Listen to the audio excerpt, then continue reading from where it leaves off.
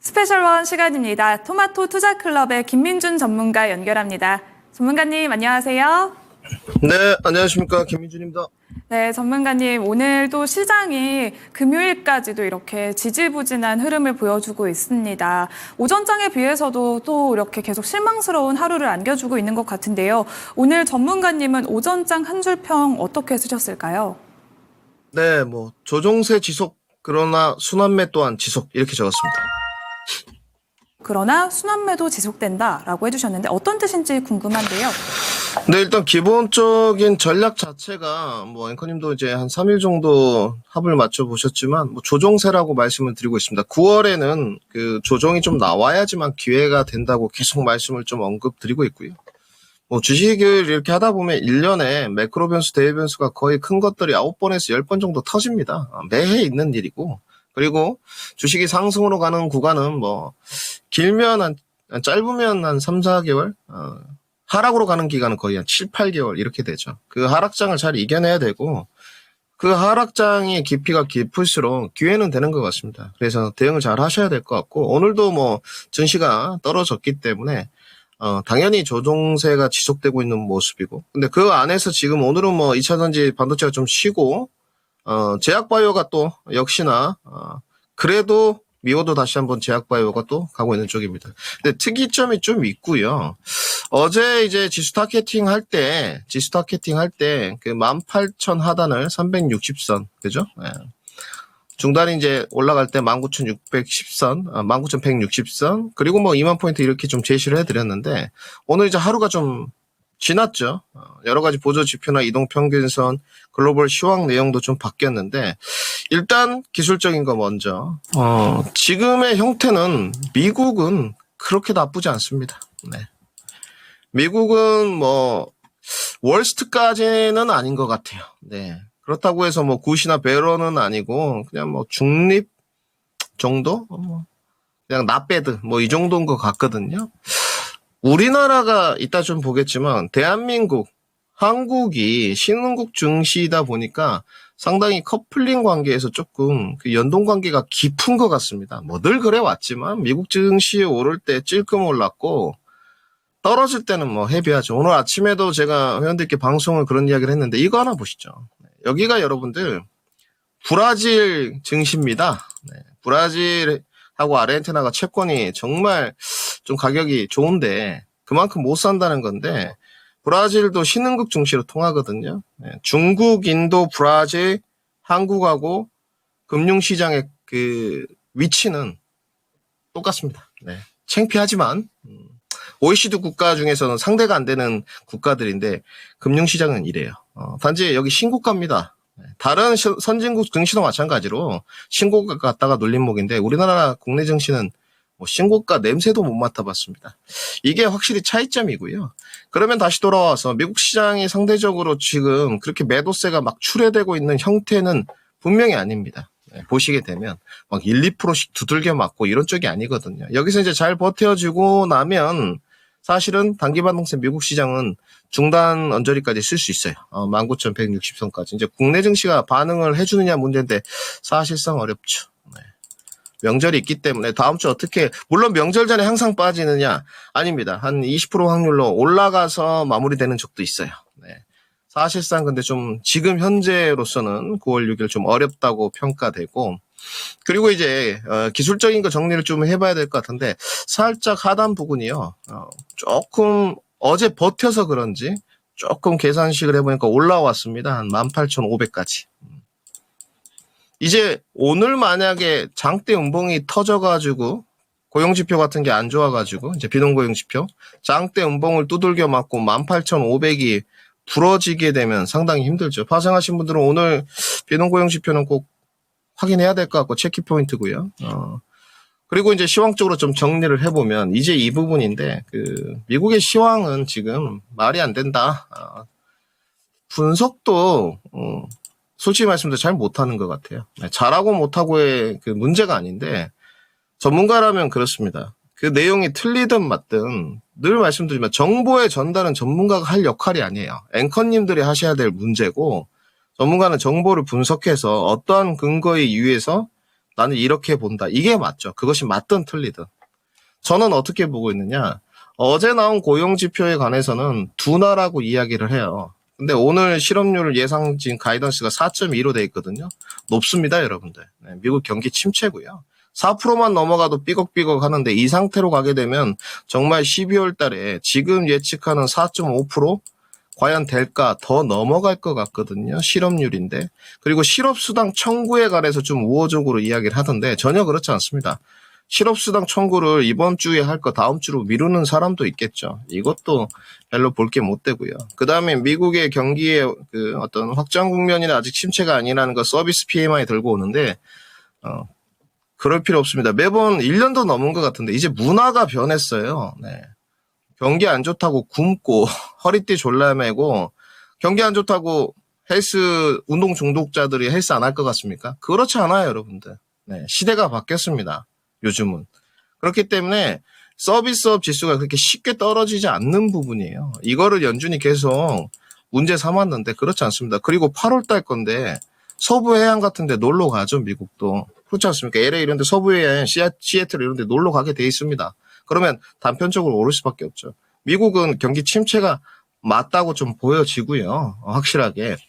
단지 어제도 이제 시황적인 내용 정리했지만 25냐 50이냐 이 부분에 관해서 사실 뭐 페드워치에서 발표를 하긴 하지만 1단위, 주단위, 월단위 발표를 하지 않습니까? 사이트 가면. 알 수는 없죠. 네.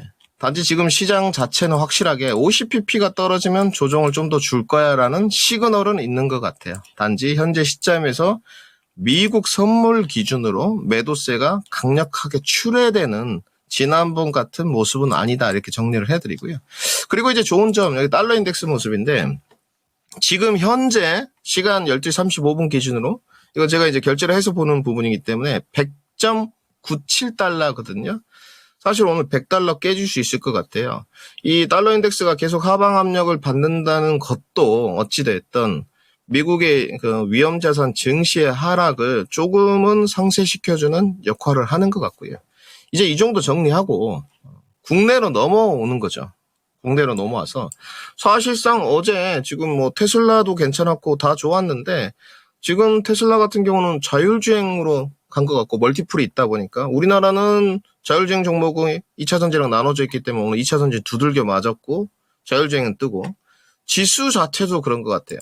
지수를 보시게 되면 어제 미국 시장이 그렇게 나쁘지 않았는데 우리는 벌써 0.8% 빠집니다. 오늘 이제 2550선 어제도 좀 말씀을 드렸지만 지금 현재 2554거든요. 장중에 1.7%까지 내려갔어요.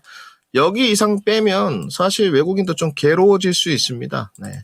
지금 여기 오늘 저점 2520선 정도가 무너지면 지난번 저점까지 테스트하겠다는 거거든요. 네. 여기까지 테스트하겠다는 거라서 시간이 뭐 일주일 정도 남긴 했는데 조금 피곤하죠. 네. 사실상 거의 매도세는 좀 클라이막스로 이제 다 가지 않느냐.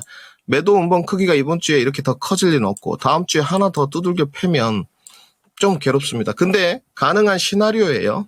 차라리 음산봉대에 양봉 세워주는 것도 기술적 패턴으로 나쁘지 않기 때문에 요즘은 계속 좀 강조를 드려요.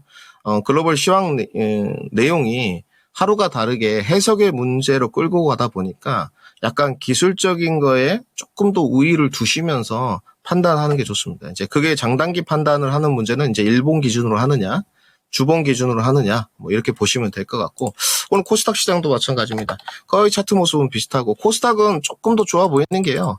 지난번 저점까지 지금 다 왔죠. 네, 지난번 저점이 672였는데, 오늘 보니까 705까지 빠졌거든요. 조금 한 695까지 정도가 지금은 단기 저점으로 보이는데, 늘 말씀드리지만 제 판단에 의하면, 물론 대형주의 과대 낙폭은 먼저 나올 수 있습니다만은 상승은 외국인들 입장에서 봤을 때 지금 형태를 보게 되면 중소형주단에서 먼저 나올 공산이 끕니다.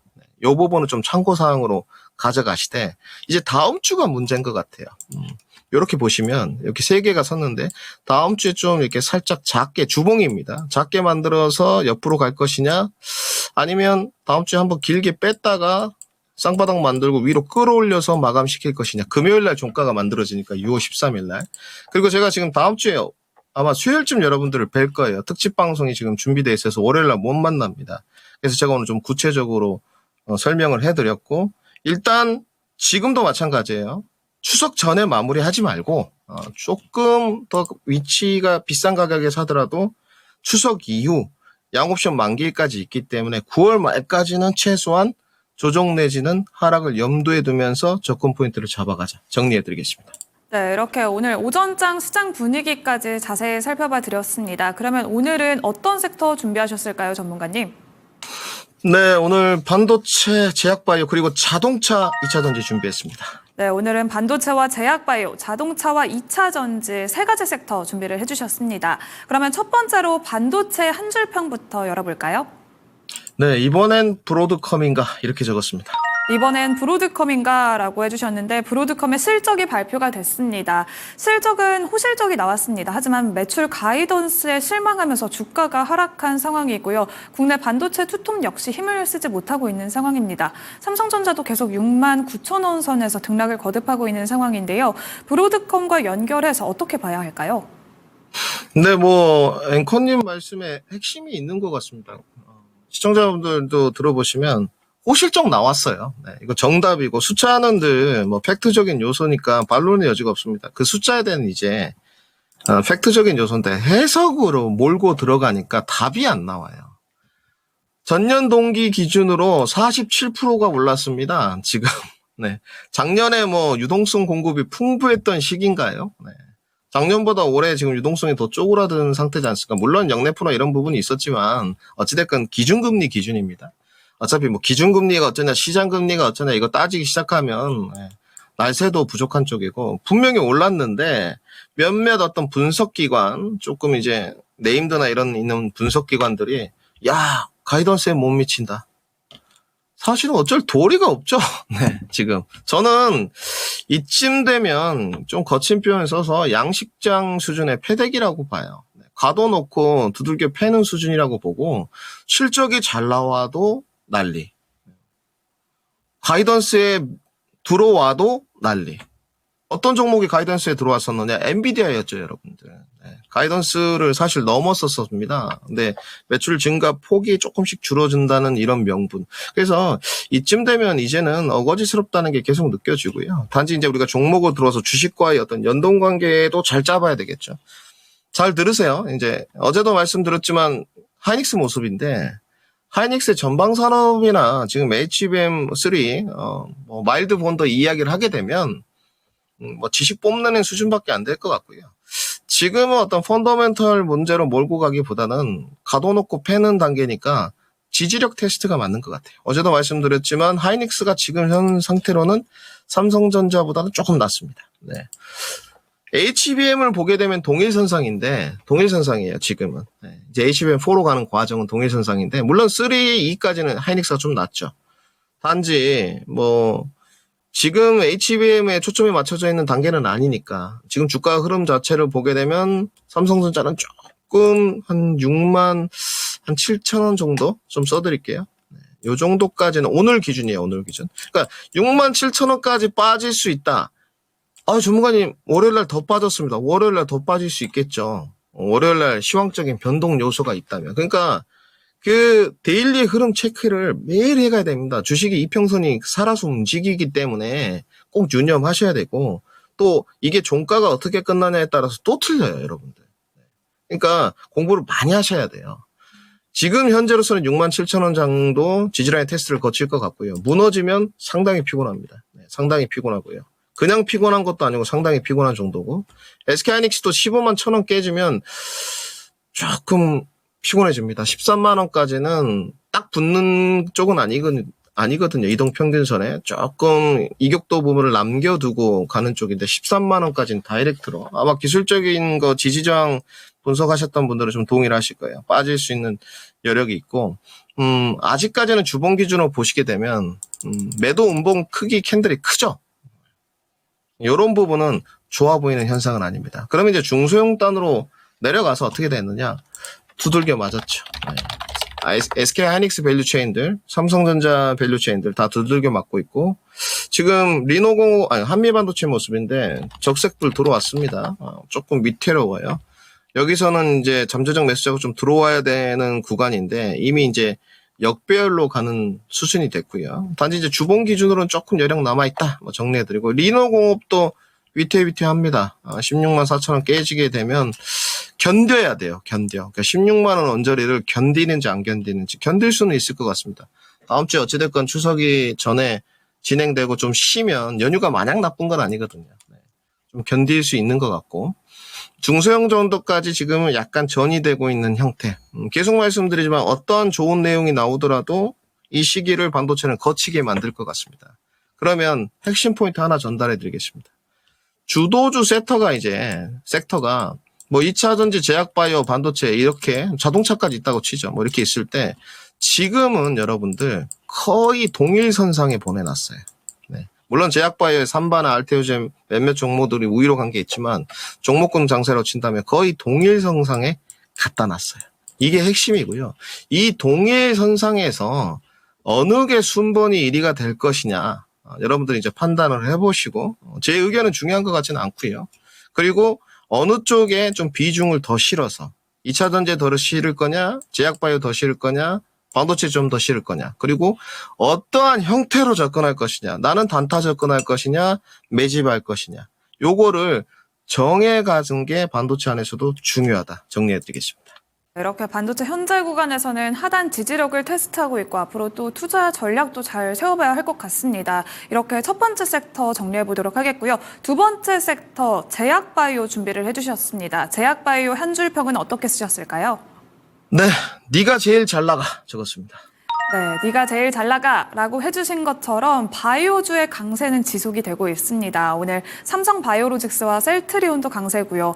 또 한올바이오파마까지 엄청난 급등세를 유지를 하고 있습니다. 이에 대해서 자세히 설명 부탁드릴게요. 네, 지금 아까 뭐 우리가 바로 앞서서 순위까지 좀 봤는데 저는 뭐 제 주관적으로 제약바이오가 뭐 빠르다 느리다 이런 것보다도 거시적인 관점에서는 수혜는 확실하지 않겠느냐. 내년 시장을 바라보거나 하반기 시장을 바라봤을 때. 그리고 그 시세도 그렇게 이야기를 해주고 있는 것 같아요. 지금 이건 일단 SK바이오팜 모습인데 지금 모양새가 괜찮죠. 요렇게 오늘 종가 마감되면 저는 뭐 SK바이오팜은 제 주관적으로 좀 많이 빠졌으면 좋겠는데 이게 지금 요 한 2, 3주 한 달 동안의 히트작이거든요. 8월 5일부터 8월 29일까지 3주 만에 50% 가까이 올랐으니까 이런 게 이제 사실은 여러분들 조상님의 은떡을 받아야 됩니다. 네, 대박으로 많이 올랐죠. 근데 21선 이제 지지력 테스트 여기는 상당히 중요한 구간이 되겠죠. 뭐 엑스코프리정의 어떤 시장 점유율이라든지 CNS 중추신경계에 대한 어떤 장악률은 차지하고요. 네, 그런 부분은 인터뷰를 해놨으니까 다음에 보시고 그러면 대장주 흐름은 어떠냐? 삼바. 야, 이게 삼바가 지금 여러분들 기가 막힙니다. 기가 막혀. 네. 어제 제가 진짜 봐도 기가 막힌 게 제가 그랬지 않습니까? 90만 원까지 빠질 수 있는데 삼바는 그 음봉 크기가 커지면 안 돼요. 네. 근데 오늘 어제 음봉을 살짝 아래 꼬리를 달고 만들어 놓더니 21선 이탈할 것처럼 겁을 좀 줬는데 오늘은 다시 21선, 5일선 지지력 테스트로 가버렸죠. 여기서 이겨내면 또 좀 뜨겠죠. 100만 원 뭐 갱신할지 안 할지는 다음에 말씀드리겠습니다. 넘어가고요. 그리고 어제 셀트리온. 자, 셀트리온 좀 잘 보세요. 네. 한 100번을 말씀드린 것 같은데 오늘 오기 전에도 마찬가지입니다. 셀트리온 여러분들 기본선과 추세선이라는 게 회기선이라는 게 있습니다. 추세대를 그을 때 그러면 이게 여러분 이제 삼각 수렴의 형태지 않습니까? 고점과 저점을 연결하면서 긋는 형태인데 매물대를 좀 입혀보면요. 이제 매물대를 입힌 차트인데 하단은 어디예요? 17만 원. 상단은요? 20만 원. 이 언저리에서 지금 박스권 형태입니다. 그리고 셀트리온의 시가총액은요. 41조예요. 이걸로 단기가 되겠습니까, 여러분들? 이건 투자를 하셔야죠. 네. 투자. 그리고 이거를 여러분께 추천드리는 게 아니고 여러분들이 저와 의사결정 과정이 비슷한지 확인을 하시라고요. 그러면 단기 저항이 어디 있냐. 오늘로 제가 영상 보니까 20번 가까이 말씀드렸거든요. 셀트리온은 21만 원에 여기 여러분들 여기 단기 저항이 있습니다. 뚫어야 가겠죠.